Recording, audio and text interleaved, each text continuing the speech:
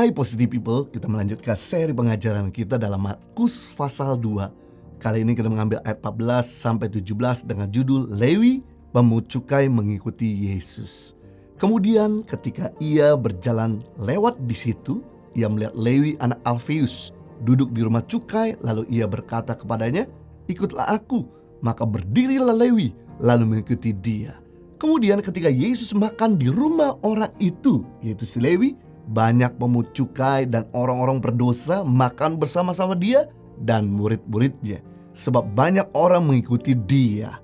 Pada waktu itu ahli-ahli Taurat dari golongan Farisi melihat bahwa ia makan dengan pemungut cukai dan orang-orang berdosa. Berkatalah mereka kepada murid-muridnya, "Mengapa ia makan bersama-sama dengan pemungut cukai dan orang berdosa?" Yesus mendengarnya dan berkata kepada mereka, "Bukan orang yang sehat memerlukan tabib, tetapi orang yang sakit. Aku datang bukan untuk memanggil orang benar, melainkan orang berdosa."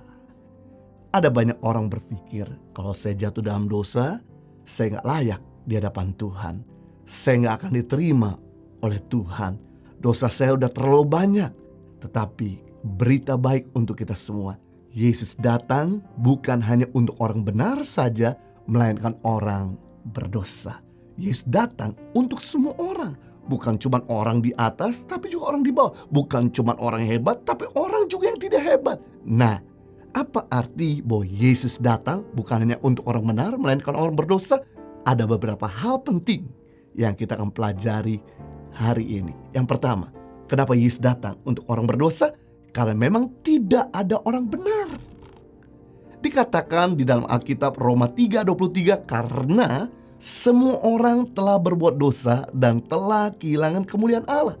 Semua orang tanpa terkecuali. Baik pendeta, orang kaya, orang pintar, orang berhasil, pezina, pembunuh, pencuri, koruptor, simpanan orang. Kita semua adalah orang berdosa. Dan upah dosa adalah maut. Jadi kalau kita diselamatkan lebih dulu dan bisa melayani Tuhan, itu karena kasih karunia Tuhan, bukan kuat dan hebat kita. Oleh karena itu jangan pernah sekali-kali kita memandang sebelah mata.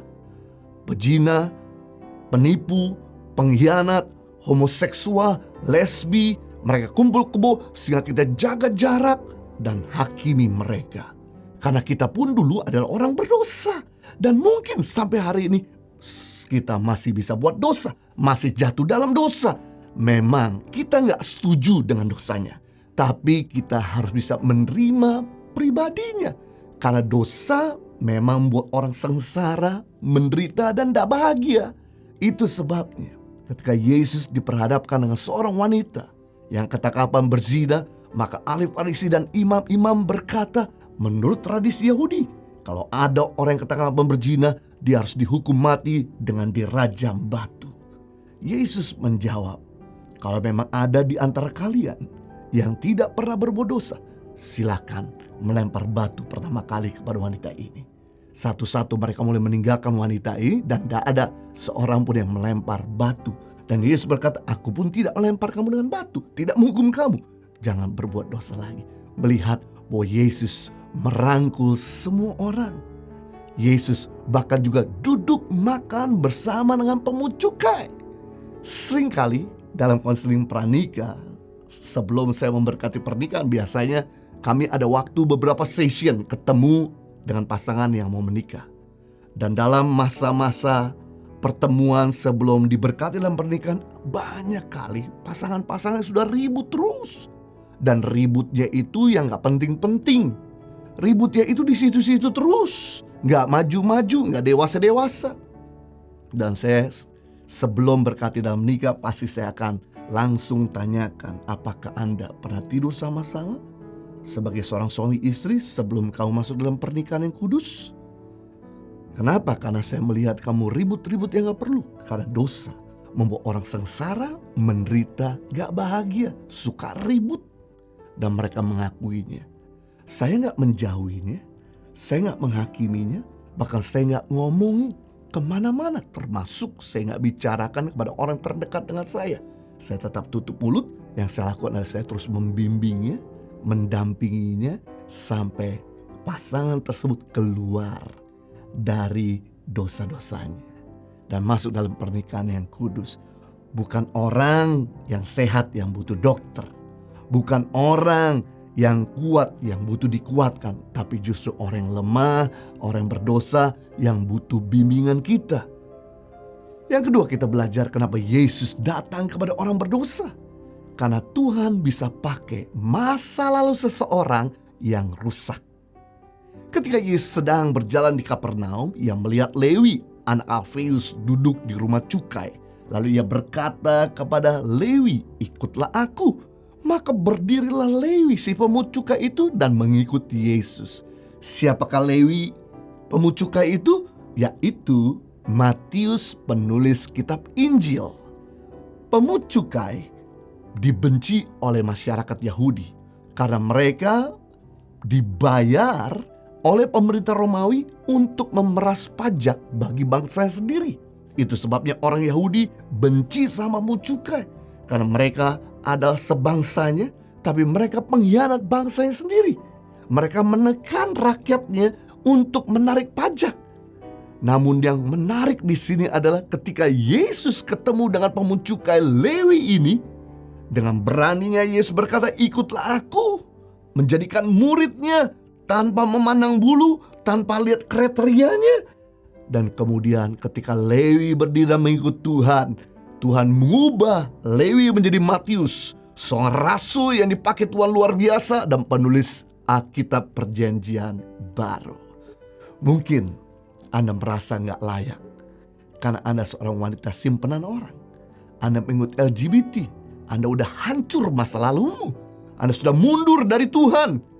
Tapi kalau kita mau meninggalkan masa lalu kita dan ikut Tuhan, seperti Lewi ikut Tuhan jadi Matius, maka Dia pasti akan mengurapimu dan memakai engkau secara luar biasa. It doesn't matter how you start. Tidak ada masalah dari mana Anda berasal. Tidak ada masalah dengan latar belakangmu. Tuhan bisa pakai dan membawa kau pada masa depan yang gilang gemilang untuk jadi terang dunia, garam dunia, jadi berkat buat banyak orang. Saya adalah seseorang yang demam panggung, gagap, tidak fasih bicara, orang yang gak pinter ngomong. Dan kemudian ada seorang pendeta ketika saya sudah mulai melayani Tuhan berkata, "Wah, kamu ini jangan mimpilah dipakai Tuhan untuk jadi pembicara keliling kota-kota dan bangsa-bangsa. Sadarilah kemampuanmu." Ketika saya ngomongin seperti itu, saya gak sakit hati. Yang saya lakukan adalah saya tahu saya punya kemampuan terbatas, waktu terbatas, harta terbatas. Yang saya lakukan adalah saya tidak sakit hati. Saya gak compare diri saya dengan orang lain. Yang saya lakukan adalah saya kembangkan diri saya dan terus membangun keintiman dengan Tuhan. Apa yang terjadi? Tuhan sendiri yang buka jalan. Bukan saya yang minta untuk dipromosikan, bukan saya minta untuk dikelilingkan, tapi Tuhan yang open door. Tuhan yang memberikan kemampuan. Itu sebabnya saya sadari saya gak bisa sombong. Dalam 1 Korintus pasal 1 ayat 26-30, ini merupakan ayat favorit saya. Karena ini yang saya alami. Apa yang bodoh bagi dunia dipilih Allah untuk mempermalukan yang berhikmat bagi dunia. Apa yang lemah bagi dunia dipilih Allah untuk mempermalukan yang kuat bagi dunia. Apa yang hina bagi Allah dipilih untuk meniadakan apa yang berarti, supaya jangan ada seorang pun yang memegahkan diri di hadapan Allah. Jadi kalau kita dipilih Tuhan, kalau kita dipakai Tuhan, agar kita tidak memegahkan diri, membawa segala kemuliaan hanya untuk Tuhan. Dan kembali lagi kita harus bisa menjangkau jiwa-jiwa bagi orang lain dan tidak sakit hati kepada orang yang pernah melukai kita. Dengan demikian kehidupan kita menjadi buah bibir yang memuliakan nama Bapa di surga. Jadi kita belajar hari ini kenapa Yesus datang kepada orang berdosa. Yang pertama, karena memang tidak ada seorang pun yang benar di dunia ini. Dan yang kedua, karena Tuhan bisa pakai masa lalu kita yang rusak untuk menjadi alat kemuliaan bagi Tuhan. Live a better life. God bless you.